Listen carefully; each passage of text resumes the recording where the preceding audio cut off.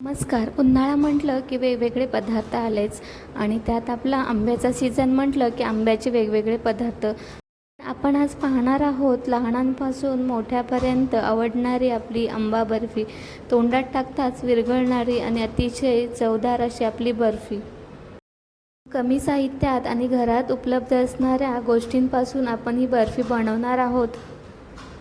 कमी साहित्यामध्ये एकदम मऊ आणि लुसलुशीत रसाळ अशी आपली बर्फी, अजिबात कडक न होणारी, कशी बनवायची ह्या व्हिडिओमध्ये नक्की बघा.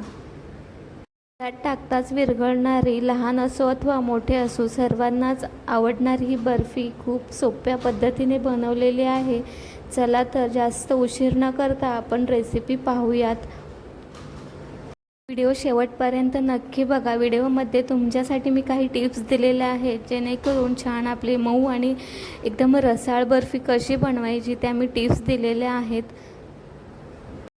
आधी आपल्याला इकडे 2 मध्यम आकाराचे आंबे घ्यायचे आहेत. आंबे कुठलेही घेऊ शकता तुम्ही. हापूस आंबा घ्या किंवा कुठलाही तुमच्याकडे जो उपलब्ध असेल तो आंबा घ्या आणि स्वच्छ पाण्याने चांगला धुवून घ्या. आंबे स्वच्छ धुवून घेतल्यानंतर आपल्याला ते आंबे कट करून त्याच्या आतला गर काढून घ्यायचा आहे. तर पल्प काढण्यासाठी आपल्याला अशा बारीक अशा फोडी करून अशा प्रकारे छान असा कट करून फोडी काढून घ्यायच्या आहेत. तर मी अशा प्रकारे कट केलेला आहे. तुम्हाला हव्या त्या प्रकारामध्ये तुम्ही कट करू शकता. तर तुम्हाला ज्या पद्धतीने सोपा वाटेल त्या पद्धतीने कट करून घ्या. या प्रकारे सर्व फोडी कट करून झालेल्या आहेत. त्यानंतर एक पॅन ठेवायचा आहे. पॅन थोडासा गरम झाल्यानंतर 2 चमचे तूप घालायचं आहे आणि नॉर्मल असं तूप गरम झाल्यानंतर आपण इकडे सुक्कं खोबरं बारीक करून घेतलेलं आहे आणि ते सुक्कं खोबरं घालायचं आहे. तुम्हाला ओलं खोबरं घालायचं असेल तर ओलं खोबरंही घालू शकता आणि त्यानंतर एकसारखं हलवत राहायचं आहे. थोडासा ब्राऊन कलर आल्यानंतर खोबऱ्याचा थोडासा कलर चेंज झाल्यानंतर इकडे ड्रायफ्रूट पावडर घालायची आहे. मी इकडे काजू आणि बदामाची ड्रायफ्रूट पावडर करून घेतलेली होती. तर तुम्हाला हव्या त्या प्रमाणामध्ये तुम्ही ड्रायफ्रूट पावडर घालू शकता आणि त्यानंतर ते चांगलं हलवून झाल्यानंतर इकडे मी दूध घातलेलं आहे.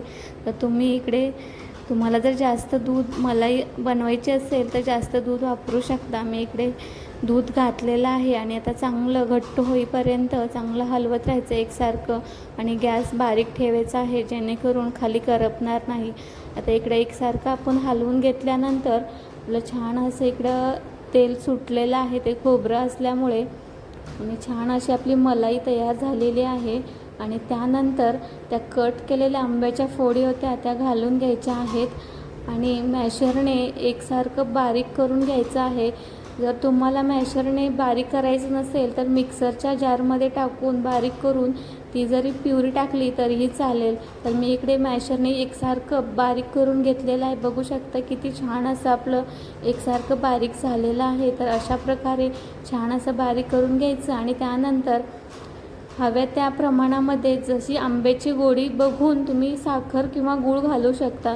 तर इकडे मी 1 वाटी साखर घातलेली आहे आणि आता ती चांगली वितळून एकसारखं हलवत राहायचं आहे आणि चांगलं असं बारीक गॅस करून एकसारखं हलवत राहायचं आहे. त्यानंतर एक अर्धा चमचा विलायची पावडर घालायची आहे.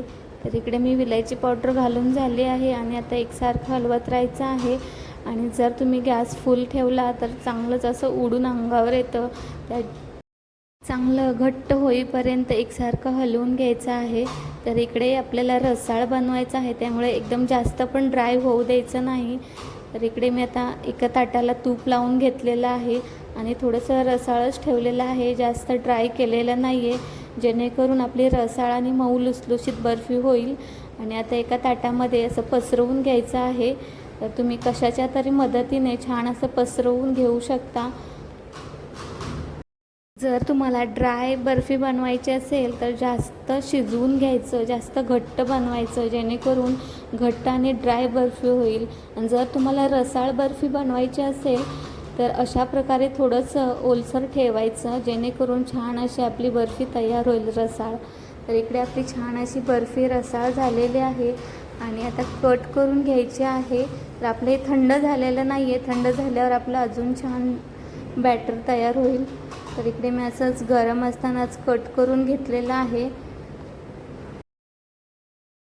त्या प्रमाणामध्ये तुम्ही कट करून घेऊ शकता. मी अशा प्रकारे कट केलेला आहे आणि कट करून झाल्यानंतर त्यावर तुम्हाला हव्या त्या आवडीनुसार प्रमाणामध्ये ड्रायफ्रूट घालू शकता. तुम्हाला जे ड्रायफ्रूट आवडतात ते ड्रायफ्रूट. आणि इकडे मी थोडंसं सुक्कं खोबरं घातलेलं आहे, जेणेकरून दिसायला अजूनच आकर्षक आणि खायला पण खूप छान लागेल आणि लहान मुले पण आपल्या आवडीने खातील.